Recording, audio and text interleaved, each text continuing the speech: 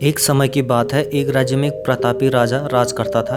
एक दिन उसके दरबार में एक विदेशी आगंतुक आया और उसने राजा को एक सुंदर पत्थर उपहार स्वरूप दिया। राजा वह पत्थर देखकर बहुत प्रसन्न हुआ।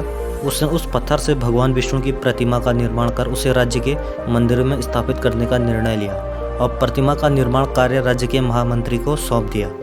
महामंत्री गांव के सर्वश्रेष्ठ मूर्तिकार के पास गया और उसे वह पत्थर देखते हुए बोला, महाराज, मंदिर में भगवान विष्णु की प्रतिमा स्थापित करना चाहते हैं। 7 दिवस के भीतर इस पत्थर से भगवान विष्णु की प्रतिमा तैयार कर राजमहल पहुंचा देना।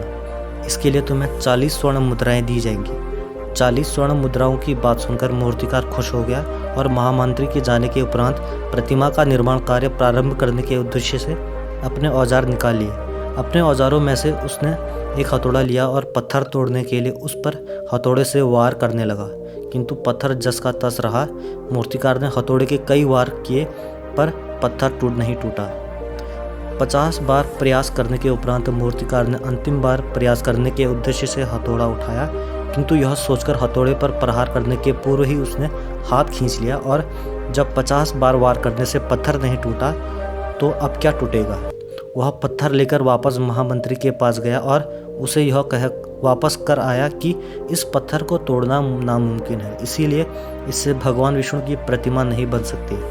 महामंत्री को राजा का आदेश हर स्थिति में पूर्ण करना था, इसीलिए उसने भगवान विष्णु की प्रतिमा निर्मित करने का कार्य गांव के एक साधारण से मूर्तिकार को सौंप दिया। पत्थर लेकर मूर्तिकार ने महामंत्री के सामने ही उस पर हथौड़े से प्रहार किया और वह पत्थर एक ही बार में टूट गया। पत्थर टूटने के बाद मूर्तिकार प्रतिमा बनाने में जुट गया।